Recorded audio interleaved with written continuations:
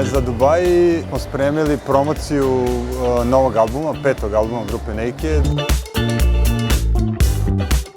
Od nastupa očekujem da jedan krug ljudi koji inače ne bi čuli našu muziku čuje to što radimo i da ljudi na pravi način u stvari osete 21. vek muziku iz Srbije koja je pomešana i sa tradicijom, pomešana i sa modernim.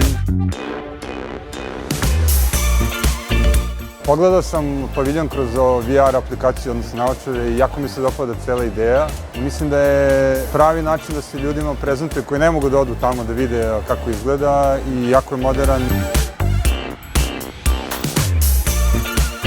Osjetili smo se onako počastvovanim i kao konačno da je možda nagoveštaj otvaranje jedne dobre nove situacije. A naravno da je najbolji događaj na planeti. Ako bude stvarno 20-25 miliona ljudi, stvarno će biti nešto što je idealno za nas u ovom trenutku, pogotovo i zbog novog albuma. I tamo sve mi je to prošlo kroz glavu, da ćemo promovisati novi album ljudima koji nas inače ne bi čuli.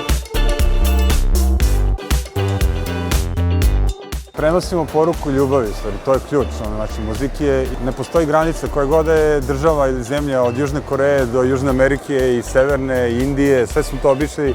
Reakcija je posle minut, dva, svi krenu da igraju i svi krenu da se vesele u stvari, jer su došli tu, uložili svoje vreme i novac na kraju krajeva da budu i da gledaju to što radimo.